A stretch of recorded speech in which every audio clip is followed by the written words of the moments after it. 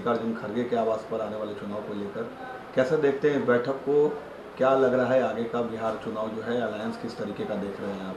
देखिए, बिहार में आज जो बैठक हुई है कांग्रेस के राष्ट्रीय अध्यक्ष जी के साथ में और बिहार में नेता विरोधी दल आदरणीय श्री तेजस्वी यादव जी के साथ जो बैठक हुई, अभी मैंने टीवी में देखा है कि बैठक हुई है और बैठक बहुत ही सफलतापूर्वक बैठक हुई है और अच्छी शुरुआत है, बैठक होना चाहिए।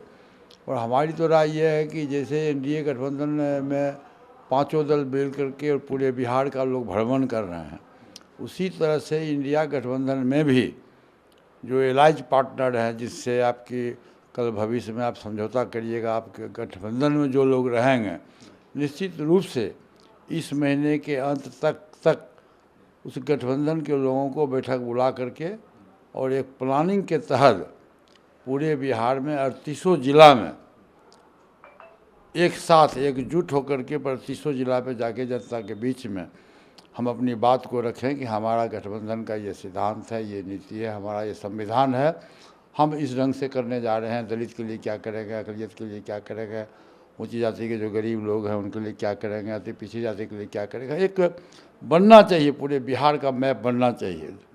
और उसके आधार पर एनडीए गठबंधन की तरह ही इंडिया गठबंधन को भी अग्रसर होकर के और आगे बढ़ना चाहिए। अभी 6 महीना समय है, समय अभी बहुत है, लेकिन समय जाते भी देरी नहीं लगता है।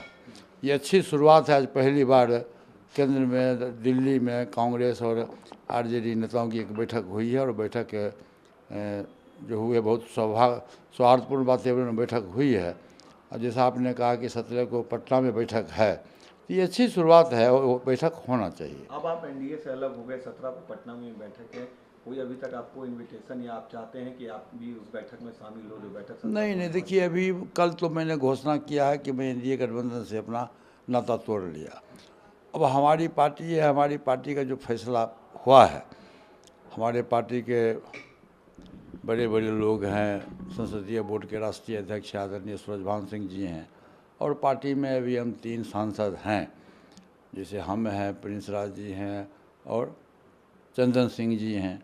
चंदन सिंह जी को आप देखे हुए कि चंदन सिंह अभी बीमार चल रहे हैं, फिर भी ये जो कल की जो रैली हुई है, इस रैली में हम लोगों से अधिक बढ़ चढ़ करके चंदन जी ने मेहनत किया, आदरणीय सूरजभान सिंह जी का मेहनत हुआ और कल रैली जो सफल हुआ, उस सफलता का हम श्रेय आदरणीय सूरजभान सिंह जी और आदरणीय चंदन सिंह जी को हम देते हैं। 17 तारीख की जहाँ तक बात है, तो 17 तारीख में हम लोगों को अभी तक कोई निमंत्रण आया भी नहीं है और अभी हम आरजेडी गठबंधन में गए नहीं हैं। अभी हमारा है कि हम अगस्त तक अपने पार्टी, अभी तक हमारी पार्टी का जो नारा था कि हम चलो गांव की ओर, तो 22 जिला में हम लोगों ने दौरा किया है, जिला सम्मेलन किया है। अभी 16 जिला बाकी है और शहरी क्षेत्र बाकी है।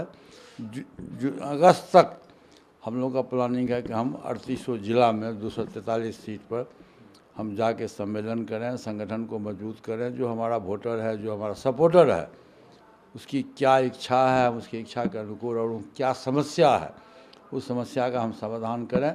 और जब समय आएगा, जब चुनाव का बहुत नज़दीक समय आएगा, तो फिर हमको जिस गठबंधन के साथ है, आपको लगता है कि आरजेडी के साथ, इंडिया अलायंस के साथ मिलकर एनडीए को रोका जा सकता है बिहार में? अब देखिए, पूरे देश में 2 ही गठबंधन है।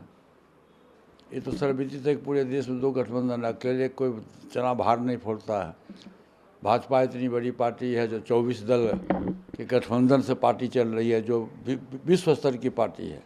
तो हम लोगों का एक छोटा दल है, तो निश्चित रूप से एनडीए गठबंधन को परास्त करने के लिए इंडिया गठबंधन को मजबूत करना होगा और जितना भी छोटा छोटा दल है, छोटी छोटी जातियां हैं, सबको मिला करके एक बड़ा गठबंधन बना करके पूरे बिहार में, बिहार के जो मतदाता है वो बदलाव के मूड में है। ये आप जान लीजिए, हम लोगों ने जो 22 जिला में हमने जो घूमा है, खासकर जो हमारा जो वोटर और सपोर्टर है, दलित समाज के लोग हैं, अधिकांश हैं, सब लोग, लेकिन अधिकांश उसकी संख्या है। तो हम लोगों ने देखा है कि सभी लोग बदलाव की ओर है और ख़ास करके दलित समाज जो हमारा है, वो अभी एनडीए गठबंधन से नाराज़ है।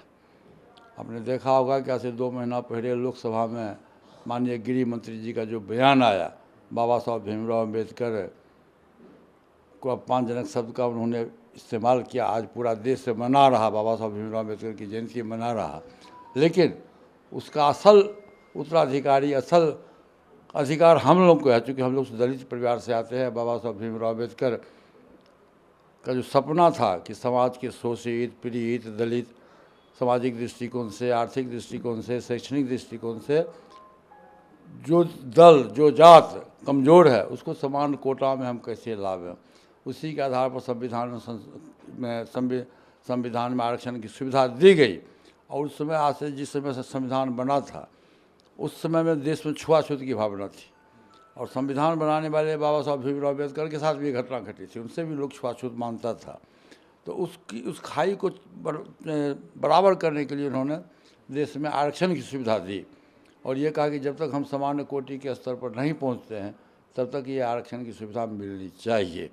तो ये बाबा साहब भीमराव अम्बेडकर का सोच था। लेकिन आज तक जो भी दूसरे दल के लोग जो बाबा साहब भीमराव अम्बेडकर की जयंती मना रहे हैं, वो पार्लियामेंट में उसका विरोध कर रहे हैं, तो हंसना और गाल फुलाना एक साथ नहीं चलेगा। आपने पार्लियामेंट में अपमानजनक शब्द का इस्तेमाल किया और पूरे देश में घूम करके बाबा साहब की जयंती मना रहे हैं, ये उचित नहीं है, ये दिखावा है, मात्र वोट की राजनीति है।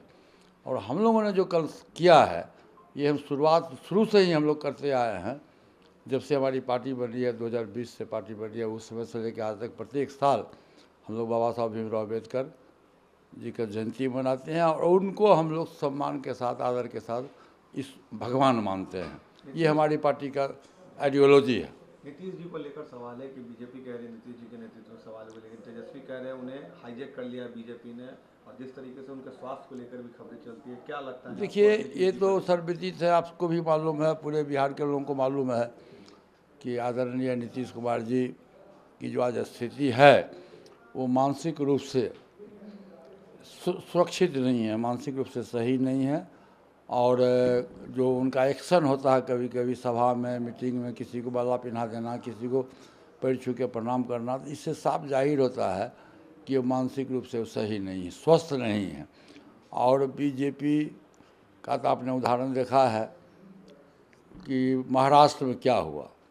महाराष्ट्र में जिसके नेतृत्व में चुनाव लड़ा गया, सहयोगी दल के नेतृत्व में चुनाव लड़ा गया, और जब समय आया तो उसको हटा करके भाजपा अपना मुख्यमंत्री को उम्मीदवार दिया। तो मुझको लगता है 100% भाजपा के द्वारा ये खेल खेला जाएगा। चुनाव के बाद अभी चुनाव लड़ा जाएगा नीतीश जी के नेतृत्व में, नीतीश जी के नाम पर, और जब चुनाव के बाद यदि बहुमत मिलेगा, उसे बहुमत मिलने की संभावना नहीं है, यदि बहुमत मिलेगा तो निश्चित रूप से महाराष्ट्र की पुनरावृत्ति होगी। एक आखिरी सवाल, चिराग पासवान का क्या देख रहे हैं वजूद आप इस चुनाव में? देखिए, उसमें मेरा कोई कमेंट्स नहीं है। चिराग पासवान के संबंध में हमारे भतीजा प्रिंस राज जी हैं, प्रदेश अध्यक्ष हैं, वो बार बार बयान देते हैं, वो लोग अपना बोलेगा। चिराग पासवान क्या करेंगे नहीं करेंगे, उससे मेरा कोई लेना देना। एनडीए में है, पिछली बार अकेले लड़े थे। एनडीए में हम एनडीए के विरोध में है, तो स्वाभाविक है टकराव होगा।